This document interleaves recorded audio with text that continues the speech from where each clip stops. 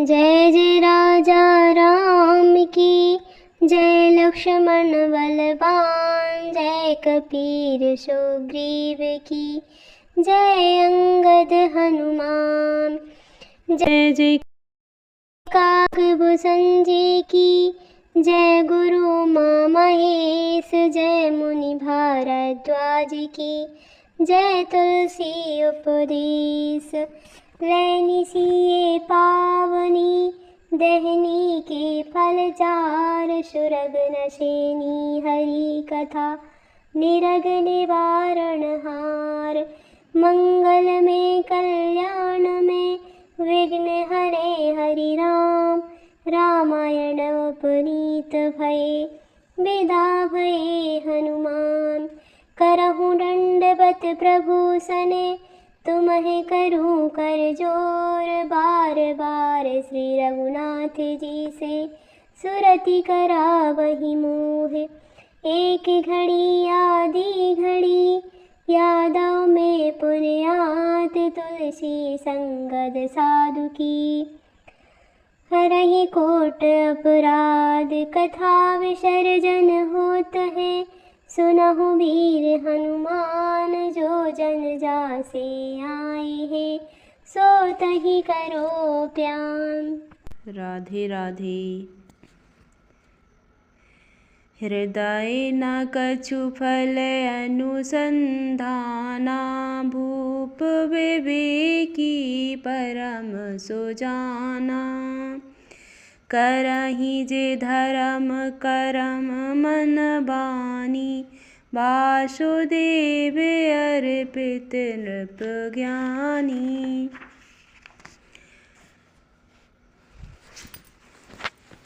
राजा के हृदय में किसी फल की टूह कामना न थी।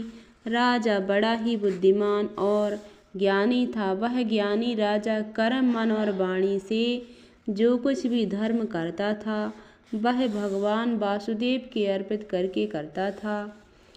नहीं है और मानो क्रोधवश वह भी उसे उगलता नहीं है।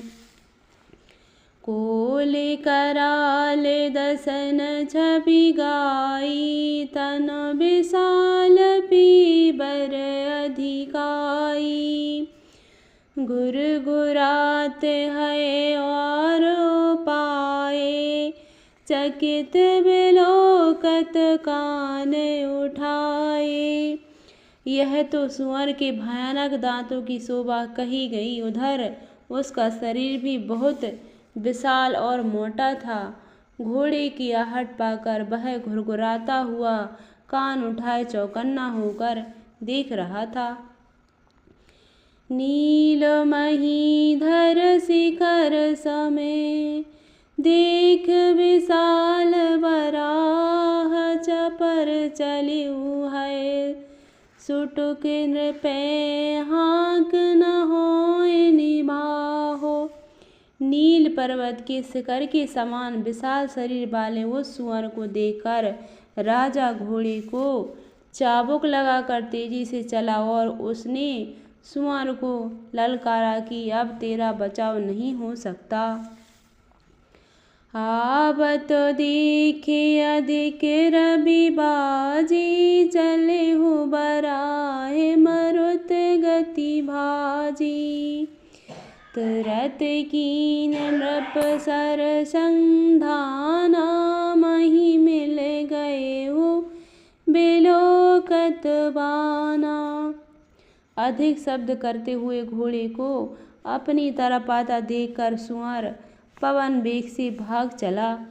राजा ने तुरंत ही बाण को धनुष पर चढ़ाया। सुअर बाण को देखकर कहा, हे तात, अंधेरा हो गया, तुम्हारा नगर यहाँ से 70 योजन पर है।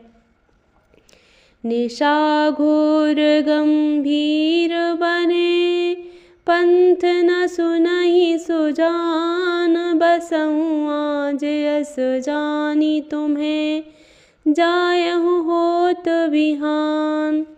हे सुजान सुनो, घोर अंधेरी रात है, घना जंगल है, रास्ता नहीं है। ऐसा समझकर तुम आज यहीं ठहर जाओ, सवेरा होते ही चले जाना।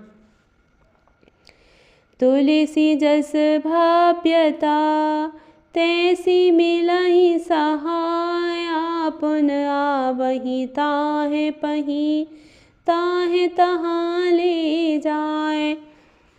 तुलसीदास जी कहते हैं जैसी भव्यता होनहार होती है वैसे ही सहायता मिल जाती है। या तो वह आप ही उसके पास आती है या उसको वहाँ ले जाती है। भले ही नाथ आयुष धरि सीसा बांधे तुरंग थर बैठ मुनीसा।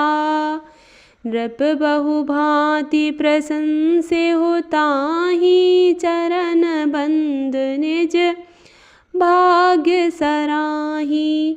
हे नाथ बहुत अच्छा, ऐसा कहकर और उसकी आज्ञा सिर चढ़ाकर घोड़े को वृक्ष से बांधकर राजा बैठ गया। राजा ने उसकी बहुत प्रकार से प्रशंसा की और उसके चरणों की वंदना करके अपने भाग्य की सराहना की। पुनि बोले हो मृग गिरा सुहाई। जान पिता प्रभु करऊँ टिटाई। मोहे मुनीस सुत सेवक जानी। नाथ नाम निज कहूँ बखानी। फिर सुंदर कोमल वाणी से कहा, हे प्रभु आपको पिता जानकर मैं ठिठाई करता हूँ। हे मुनीश्वर मुझे अपना पुत्र और सेवक जानकर अपना नाम धाम विस्तार से बतलाइए। तेहि न जान नृप नृपहि सो जाना। भूप सुहद सो कपट सयाना। बैरी पुनि छत्री पुनि राजा। छल बल कीन चाहि निज काजा। राजा ने उसको नहीं पहचाना पर वह राजा को पहचान गया था। राजा को शुद्ध हृदय था और वह कपट करने में चतुर था। एक तो बैरी, फिर जाति का क्षत्रिय, फिर राजा। वह छल बल से अपना काम बनाना चाहता था। समझ राज सुखी दुखित अराती। अबाया नहे बिसुल गई छाती। सरल बचन नृप के सुन काना। बयर सभार हृदय हर्षाना। वह शत्रु अपने राज्य को सुख को समझ करके स्मरण करके दुखी था। उसकी छाती कुम्हार के आग की तरह भीतर ही भीतर सुलग रही थी। राजा के सरल वचन कानों से सुनकर अपने बैर को याद करके वह हृदय में हर्षित हुआ। कपट बोर बानी मृदुले। बोले हो जुगत समेत। नाम हमार बेकारी अबे। निर्धन रहित निकेत।